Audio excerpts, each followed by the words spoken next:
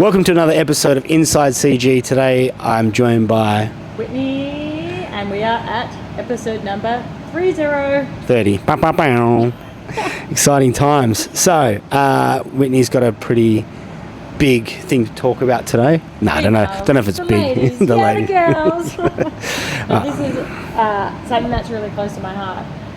If you've ever seen my socials or the gym or, like end of sparring things, you will see that there are girls here at Champions Gym. So the topic is women in combat sports. Yeah. So My first Muay Thai class I was the only female, and it was not. I trialled a gym. I didn't join because everyone just stared at me, and I actually felt like a piece of meat. like all the boys were like. I've never felt so uncomfortable. So I tried another gym, and there was another female there. And this, I'm not talking about I'm not in the original Muay Thai era. I'm later on, so it would have been worse. And as a business owner, to create a gym that is female friendly is a lot of behind the scenes work. How? Well, what do you mean? What are you talking about? Not all coaches. People don't know that. Not all coaches want to work with females. Why? Because we're difficult and we have periods and we're emotional and we're women. Hormonal? Old boxing coaches, zero time for girls. I still remember your story of one of our coaches remember the lady that said it was that time of the month and he almost fell over shocked. Yeah. Asked him if he had any tampons. Gosh. Damn. Hiring staff that welcome women, can deal with them during these times, understand the different dynamics of females. What to expect, what not to expect, what to do, what not to do. When to nurture them, when to push them, when to be good cop, when to be bad cop. Girls attract girls. So that's what I always believe in, is when there's a few good ones, there's going to be more good ones. Totally. What are some stereotypes that you've noticed? I think since the evolution of social media and Instagram and TikTok, you see a lot more really pretty glamorous girls doing boxing and Muay Thai. They look really cute in their active wear, their cords, their shorts. That's not me. I wear the same black top and black leggings, and I wish I could be a little bit more feminine. But 10 years ago, the girls were rough. We were blokey girls, tomboys, and now it's changed a lot in the last 10 years. Would you agree? Yeah, I definitely feel like the advent of social media has changed the perception of Muay Thai being a blood sport or a brutal sport. Now it's a lifestyle for people. Yeah. You see that in the last 10 years, Muay Thai has become so much more available in Thailand. You can see people influencers that'll go to Thailand, they're on the islands, they share their experience in their vlogs and, going to train at the Thailand training camps and how welcoming and how friendly it is. Back when I was training there, women were not allowed to be even in the ring. And if you did, the trainers would yell across the gym no, you're going to make a huge mistake. And I still remember taking one of the girls that was a training buddy of mine to train there, and it was taboo to even look at jumping into the ring and stepping into the ring. And you were treated like second class if you're a lady. Yeah. And this is going back, 2000, 2005, those sort of years. And it's not that long ago, but it just goes to show how much the sport has evolved. Yeah. And you've opened 50% of the world to become 100% of the world to now do Muay Thai, both men and women. And now it's huge. Yeah. My first Thailand trip, exactly what you explained. There was no mats, it was concrete. We skipped for 30 minutes. The pad holders only held for the pro fighters, the Thai fighters. Yeah, if you got to look in, good luck. Yeah, you were on the bag for rounds. And that you had to prove yourself before a pad holder would even look at you. I think gyms now are aware that there's money to be made here. And not all gyms are like this, just depends where you go. So if we look after these girls, they're going to bring more girls and we're going to make more money. So things have changed. But also I think in the sport, because we can fight in big stadiums, there's more betting. There's more opportunity to make money off females. Absolutely. The views are high and they're also catching on to that. But 10 years ago it was earn your place on this team. Do the long runs, do the bag work, clinch hard, spar well, and then we're going to help you. Yeah, I'd definitely say that in the last 10 years, seeing Ronda Rousey and her rise in the UFC broke the stereotype for women, and people started to take notice. Guys were like, who's this chick? And obviously she's gone to WWE now, and it's not the same, but it changed the whole perspective of women in combat sports because she was a badass. She beat everyone. And then post-COVID, where Muay Thai had suffered like a big blow, they said, let's open it to ladies. That really opened the floodgates for ladies to fight in the big stadiums and be more widely accepted. And like mega cute babes just fucking smashing on and cutting the shit out of each other. And realising that regardless of your physical attributes, it's how you fight on the day. Totally. And they're so capable. The effort you put in, the work ethic, the preparation. Yeah. It does not matter what you look like. It doesn't matter like what your job is. You know, we've seen doctors, CEOs, bank managers become like champs. Lawyers. Absolutely. It all comes down to what's driving them, what their why is, and what their mindset is. And on the flip side of that, people that don't compete, that train as a good teammate, a team training buddy, they also carry that into their own career and they dominate as well. Yeah. Because they're more focused, they're more dialed in, they're more productive, they're more energized, and they just get shit fucking done, which I really respect. Yeah. I think that's really powerful. I think women, generally speaking, sorry to throw you guys under the bus, like our female members, more so our fitness ones, like got 90% people are just here for fitness.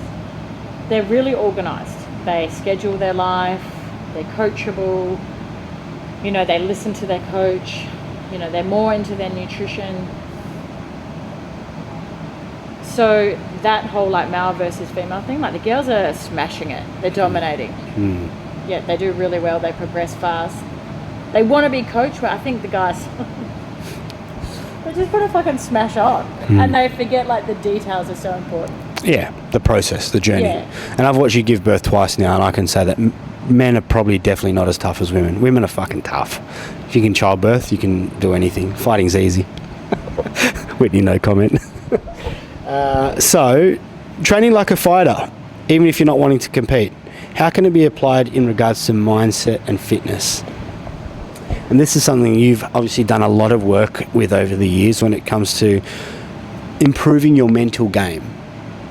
Yeah, so biggest lesson I've had to learn is life happens, whether I'm in fight prep or not. So when I walk in and put my wraps on, what has happened that day? Whether my toddler has had a 2-hour tantrum, I've had someone resign and I have no backup for them. If I have not made money that month in my business and my life is burning down, We've had a fight with me. I need to go in and I have a job to do. And it's like dropping everything I have to go in with a clear mind and just train. That's so irresponsible. Nah, jokes. Yeah. How do you do it? Because I used to drag it in and be like, you don't understand, I have the worst day at work, I can't switch off. But it's like, I've learned over the years and talked to some really good like performance psychs on like little tricks to get me from dropping everything to being like just as present as possible. Totally. And how have you noticed that's changed your mindset and applying that to your own game? Just you get more work done. You know, you're present in the time and you can think about the task at hand, not like, oh, do I need some milk at home? What am I going to cook for dinner? I've got 10 kids to do. Like, that's like too many tabs. Yeah. One tab. You've talked a lot about... Like, you've got to do that at work too. Absolutely. You've talked about changing and shifting your mindset away from, I have to do this, to what? Grateful. Talk us through that. Yeah. You know when you have to do something, you dread it? And it's like, there's a cloud over you and you're just like this anxiety, and then you have a coffee and the anxiety's more, and then you look on social media and the anxiety's a bit more. Versus like, I actually get to do this. Like, this is my choice, and I've signed up and I've paid for the gym membership, and I actually get to improve myself every day. And there are some people on this planet that do not get that. We are very like privileged, and that's how I think every day. Like, I just had the most brutal cardio session, and I was like, I'm here for this. This is my choice. And that's changed the way you've done, like, has that changed your performance in training when you shifted it from being, I have to do this, to being, I get to do this? Just more enjoyable. So like longevity. When you're enjoying something, do you do it longer? 100%. Versus like, I fucking hate this, I'm going to take 2 weeks off after a hard training session. That's the stop-start process that I've been guilty of. A lot of people have been guilty of. When you're enjoying something, you learn as well. Absolutely. Okay, cool. Anything else in terms of, training like a fighter, even if not wanting to compete? This is something I want to talk about, is watching the people, and I've talked about last episode, is people that are good training partners that don't actually want to fight. Because sometimes people think that if you're part of a fight gym or a fight style of training, you have to fight. The amount of people on the phone say, I don't actually want to fight. Great. We don't actually want you to fight because fighting is fucking tough. We want you to train like a fighter, but we don't want you to fight because fighting is, you're going to get hurt if you're not ready. And if you're not prepared, I can't save you in the ring. I'm in the corner watching helplessly. Right, so I'm going to ask you some questions. Go on. So for these people that, they've got all the skill, they love the sport, they're, like Muay Thai enthusiasts or boxing enthusiasts, their week looks different to a fighter. They have more rest. So like, how would you schedule it for them? People that are not training to fight? Yeah. Yeah, it's just keeping it simple. We want to set at least 3 sessions a week. Yeah. A day break in between, Monday, Wednesday, Friday, or Tuesday, Thursday, Saturday. Come in. Don't train 3 hours back to back or 3 classes. Do 1 session and give it 100%. Yeah. Because another mistake I see a lot of people do is they come in and they're so keen. They train 4 sessions in 2 days, or 2 sessions back to back, 3 sessions back to back, and they're sore. And they thought that it was going to be easy and a walk in the park, but it's not. Yeah. You do get sore. You do get muscle soreness after not doing anything for a long time, which a lot of people that we see come through the door experience. So obviously, like longevity and not taking it to extreme. Exactly. Set you up for like a better long term. 100%. And you're going to enjoy the experience more, and it's going to leave you wanting more and more if you have that break in between, I find. Yeah. Awesome. And like,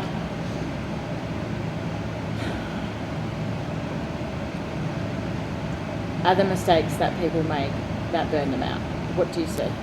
Other mistakes that people make. I think one thing that's really common, especially when people love something that they've started and they fell in love with it, is they do it to death. Yeah. And that's hard because we love what we do. I'm not going to lie. Hand on heart, you and me have been doing this, gone on our 13th year now. But you have to have a life outside of Muay Thai or boxing or fight sports in order to enjoy your fight sport. Yeah. Because we have our work, we have our hobby, and then we have something that's, I like to call essential. Some people do it as a hobby.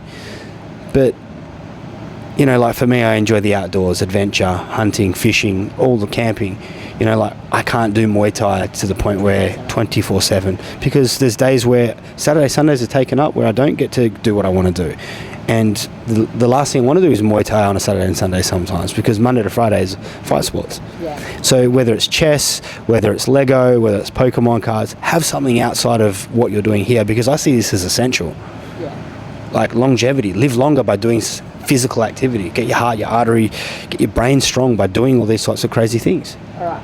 Another thing I've seen you do really well with a few of the fighters and maybe people that feel like they're not progressing is like setting specific, we call them KPIs, and getting them to refocus on like specific skills that they can actually progress on. Totally. Instead of just training for the sake of training. Let's go. One thing that I've noticed a lot of coaches will do, they give too many parameters for people to succeed in, which is great, don't get me wrong. There's lots of different KPIs you can set for someone to succeed. The problem is when you make it too complicated and unattainable for people to feel like they have to achieve to be able to win, they don't do it. They just stop. It's too hard. They quit. Yeah. So what I find really effective is focusing on 2, 3, maybe 4 things maximum for people to focus on.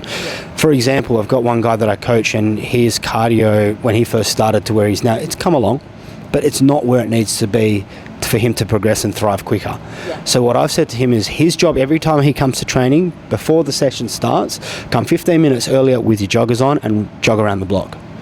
Started 1 week, doing 1 lap. Week 2, another lap. So it became 2. Week 4 is now 4 laps. And every session he doesn't do because he comes in late or doesn't make the time, I'm on him. I'm like, do that. Yeah. Go. Small things that make a big difference. Little things that are attainable that people can achieve and feel like they're winning it. I had the other day a girl that has very front foot attack, and she's fighting soon. And I said to her, like, you need to focus on resetting, finding your range and establishing what you're doing as opposed to going forward. And because it's going to become your detriment. So I gave her just a simple footwork drill around an obstacle and, just resetting her focus and also working on her defense. So little things make a big difference. So small, achievable, bite-sized goals that actually push you forward. And when you've like mastered, when he doesn't need to think about that run, okay, let's add check defense. And when your checks are 80% better, let's add some boxing in there. And then you slowly become a little bit more well-rounded. Absolutely. I think another thing that's really important for people is to ask good questions. Yeah. People that are coachable come with good questions. People that sometimes are a little bit shy, they're nervous, they feel like they can't ask the questions because they feel afraid of feeling stupid. That's also very challenging for us as coaches because you don't know what you don't know. And when they ask you a question, you're like, I'm so glad you asked. Here's the answer. Yeah. And I'm glad you asked me because now I can add value to what you need. Awesome. I've got to wrap it up. Yeah. Last question before we go in or wrap up this episode is day in the life of Whitney in fight camp with kids and a husband. Now, I know this is a quick one. Whitney, feels like there's been a lot of talk about you and your fight, but understand. Yeah. Just tell us like how you manage it all, because it's a bit of a feat that everyone says you're amazing, but I don't manage it all. I think people are under this like impression that it's really smooth sailing and like I've got this secret recipe to it.